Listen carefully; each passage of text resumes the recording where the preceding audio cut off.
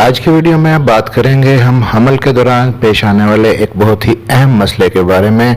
तकरीबन हर हामला खातून को इस मसले से दो चार होना पड़ता है और वो अपना ये प्रॉब्लम लेके क्लिनिक पे डॉक्टर के पास जाती हैं।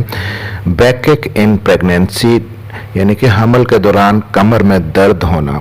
क्यों होता है हमल के दौरान कमर का दर्द और आप कैसे इससे बच सकती हैं? बेस्ट एडवाइस आपके लिए टिप्स कौन से हैं ताकि हमल के दौरान आपको कमर का दर्द तंग ना करे और आपकी प्रेगनेंसी का ड्यूरेशन बहुत सेफली गुजर जाए। आज की वीडियो में इसी चीज़ पे बात करते हैं। मेरा नाम है डॉक्टर ताहिर और आप देख रहे हैं YouTube channel doctor helping health. इस चैनल पर जनरल हेल्थ इश्यूज़ के बारे में, मेल और फीमेल हेल्थ इश्यूज़ के बारे में और इसी तरह हमल से पहले के मसाइल, हमल के दौरान के और हमल के बाद के जितने मसाइल हैं उनके बारे में बहुत डिटेल्ड वीडियोस आपके लिए मौजूद हैं। तो चैनल को सब्सक्राइब ज़रूर कर लीजिएगा और बेल नोटिफिकेशन ऑन कर लीजिएगा ताकि नई आने वाली वीडियो आप तक पहुंच सके। जी, तो हमल के दौरान, प्रेगनेंसी के दौरान सबसे पहले तो कमर दर्द होने की जो सबसे बड़ी वजह होती है वो ये है कि प्रेगनेंसी जैसे ही आप कंसीव करती हैं उसके बाद आपके जिस्म के अंदर बहुत सारी चेंजेस आती हैं, बहुत सारे हार्मोन्स आपके जिस्म के अंदर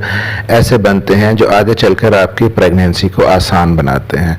तो नेचर की तरफ से, ये नेचर का एक फितरत का कानून है कि नेचर की तरफ से आपके जिस्म के अंदर कुछ ऐसे हार्मोन्स जिन्हें हम रिलैक्सन हार्मोन्स कहते हैं, तो ऐसे हार्मोन्स बनते हैं जो आपके मसल्स को रिलैक्स कर देते हैं और आपके जो बोन्स हैं, उनके जो जॉइंट्स हैं, उनको भी काफ़ी हद तक रिलैक्स कर देते हैं। उसका पर्पज़ ये होता है कि आपका जिस्म थोड़ा सा खुल जाए, आने वाले बच्चे के लिए, उसकी ग्रोथ के लिए अंदर स्पेस ज़्यादा बन जाए और फिर बच्चा डिलीवर होने के लिए भी जगह बन जाए। तो इन हार्मोन्स की वजह से भी प्रेगनेंसी के अंदर कमर दर्द की शिकायत होती है। अब दूसरी जो रीज़न है वो है वेट का बढ़ना, वज़न का बढ़ना। एक मुनासिब हद तक होना चाहिए प्रेगनेंसी के दौरान, लेकिन अक्सर देखा यह गया है कि बाज़ औक़ात जैसे ही प्रेगनेंसी कंसीव होती है तो कुछ हामला ख़वातीन और ख़ास तौर पर उनके घर वाले उन्हें बहुत ज़्यादा फोर्स करना शुरू कर देते हैं कि आप अब बहुत ज़्यादा खाएं क्योंकि आपके बच्चे को ग्रोथ के लिए एक्स्ट्रा डाइट की ज़रूरत है। तो एक चीज़ जहन में रखिए कि प्रेगनेंसी के शुरू के 2-3 माह के अंदर आपके बेबी को एक्स्ट्रा डाइट की ज़रूरत नहीं होती।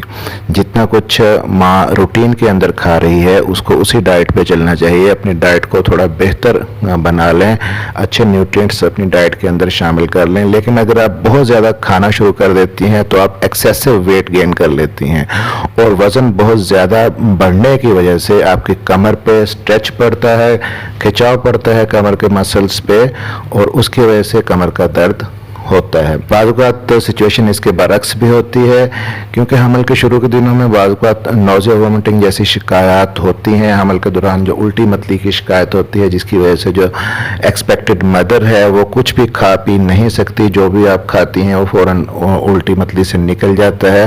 तो अगर ऐसी सिचुएशन बहुत ज़्यादा हो आपके साथ तो आपके अंदर डाइट की डेफिशिएंसी हो जाती है। कुछ जो मखसूस न्यूट्रिएंट्स होते हैं, कैल्शियम है, विटामिन डी है, आयरन है, प्रोटीन है, इन चीज़ों की कमी, डाइट की कमी की वजह से जब होने लगती है तब भी आपकी कमर के अंदर दर्द रह सकता है। फिर यूट्रस का साइज बढ़ता है और बच्चे का साइज भी बढ़ता है और ये दोनों चीज़ें भी कमर के ऊपर स्ट्रेच डालती हैं, खिंचाव डालती हैं, जिसकी वजह से कमर के दर्द की शिकायत हो सकती है। क्योंकि प्रेगनेंसी जब होती है तब जो बॉडी का सेंटर ऑफ ग्रेविटी है वो आगे की तरफ शिफ्ट हो जाता है और इसको कंपनसेट करने के लिए आपकी जो कमर है वो एक आर्च बनाने की कोशिश करती है, कमान की तरह। अब ये तो थी कुछ वजूहात प्रेगनेंसी के अंदर कमर दर्द होने की, तो ये चीज़ भी ज़हन में रखिए कि थोड़ा बहुत कमर दर्द प्रेगनेंसी के अंदर थ्रू आउट रहता है, उससे परेशान होने की ज़रूरत नहीं है।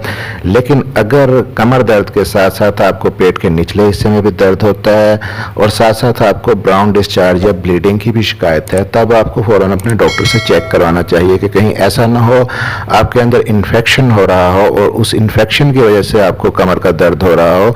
और आपके इन्फेक्शन का अगर जल्दी आप इलाज कर लेंगे तो आपकी प्रेगनेंसी भी सेफ हो जाएगी और आपका होने वाला बेबी भी, और आप कमर दर्द से भी निजात पा लेंगी। अब कमर के दर्द से कैसे छुटकारा पाया जाए हमल के दौरान, इसके लिए कुछ चीज़ों का आपको ख्याल रखना है। सबसे पहले तो ये है कि आपको अपने पोस्चर का ख्याल रखना है। एक तो आप जब भी कोई चीज़ नीचे से फर्श से उठाएं तो झुक कर ना उठाएं, जैसे आप खड़ी हैं ऐसे ही बैठ जाएं और फिर उस चीज़ को उठा लें या किसी की हेल्प ले लें, या आपका अगर कोई दूसरा बेबी है उसको भी आप झुक के ना उठाएं, पहले बैठें और उसके बाद फिर आप उठाएं।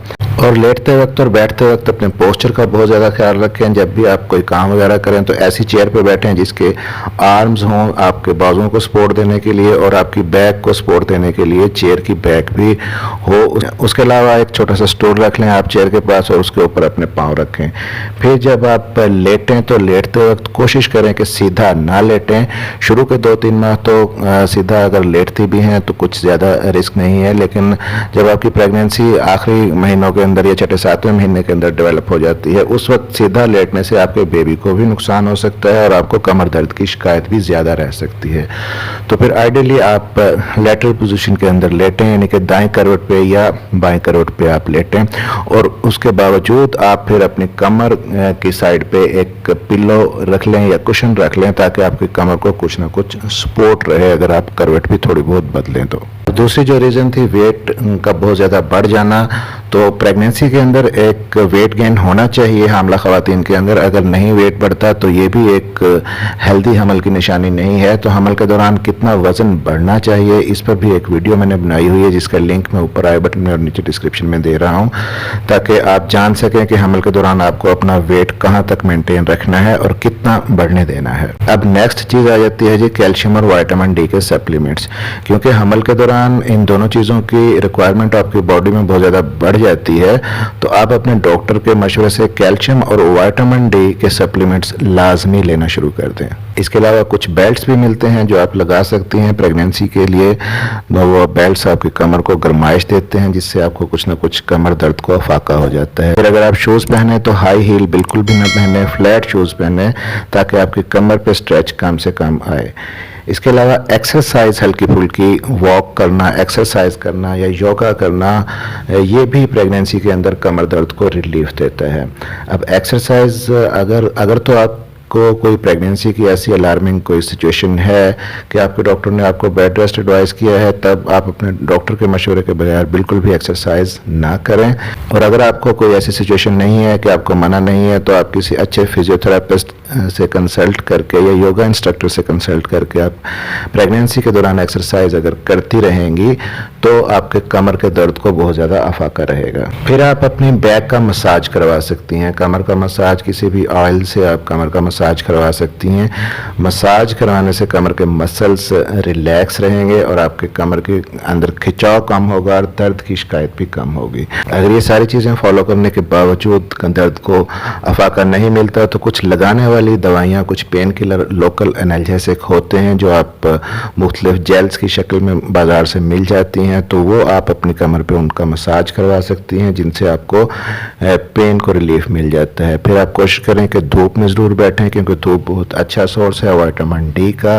और अपनी डाइट का ख़ास तौर से ख्याल रखें कि डाइट के अंदर अंडा, दही, दूध और नट्स वगैरह एक लिमिटेड मिकदार के अंदर लाजमी शामिल करें। अब फाइनली एक चीज़ ध्यान में रखें कि थ्रू आउट प्रेगनेंसी थोड़ी बहुत कमर दर्द तो रहती है, उसको एक्सेप्ट आपको करना चाहिए और एकोमोडेट कर लेना चाहिए। लेकिन अगर बहुत ज़्यादा कमर दर्द की आपको शिकायत है और इन सारे टिप्स को फॉलो करने के बावजूद अफाका नहीं मिलता, तब आपको अपने डॉक्टर के मशवरे से आप पेन किलर मेडिसिन डॉक्टर खाने के लिए देते हैं, लेकिन कोशिश करें कि अवॉइड करें मेडिसिन। अगर बहुत ही मजबूरी हो तब आप अपने डॉक्टर से कंसल्ट करके उनके मशवरे से आप पेन किलर मेडिसिन खाने के लिए ले सकती हैं। डॉक्टर हेल्पिंग हेल्थ चैनल को सब्सक्राइब जरूर कर लीजिएगा और बेल नोटिफिकेशन ऑन कर लीजिएगा ताकि आने वाली नई वीडियो आप तक पहुँच सके। मिलते हैं अगली किसी वीडियो में, तब तक के लिए अपना ख्याल रखिएगा।